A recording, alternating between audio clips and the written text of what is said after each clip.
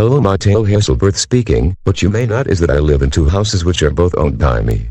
So I don't pay rent because I am the one who issues the rent. My first house and the only one that is an apartment called the Estates at Cheyenne Boulevard, which is owned by As Mateo. It is located at homes with all even numbers from 500 to 700 on Cheyenne Boulevard in La Paz, and my other home is called the Palacio Quemado Palace, which is at Kale 2 or 811 Skyway Street, which is also in La Paz. Here's some facts about La Paz. Since China took over Tibet, that made La Paz the world's highest capital at about 12,000 feet or 3,700 meters above sea level.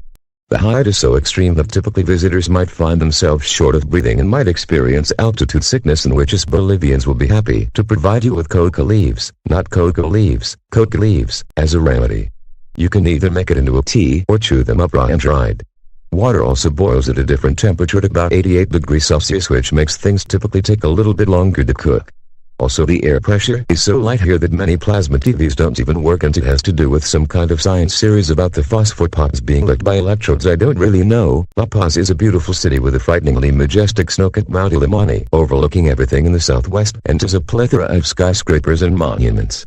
Getting out of La Paz is the tricky part. This glorious urban gem is locked and tucked away in the Andes Mountains, so you really only have like two extreme options.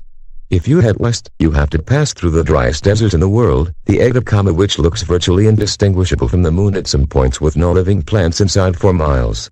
And heading east, you have to pass through the mountains, where you are so high you can literally see the clouds below you as you drive into the tropical Amazon basin. But before you do, you have to go on the Yungas Highway, otherwise known as the Kale del Muerd, or the Death Road. The road at its narrowest is only about 3 meters wide, or the width of an actual vehicle, and sits over the ledge of a drop well over 600 meters, or 2,000 feet, with no guardrail.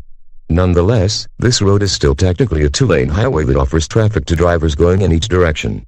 Every few hundred meters, there are shoulder curbs that drivers can use to allow other cars to pass on the opposite side.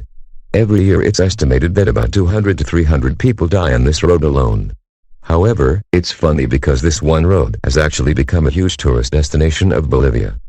Oh. And this is my new character.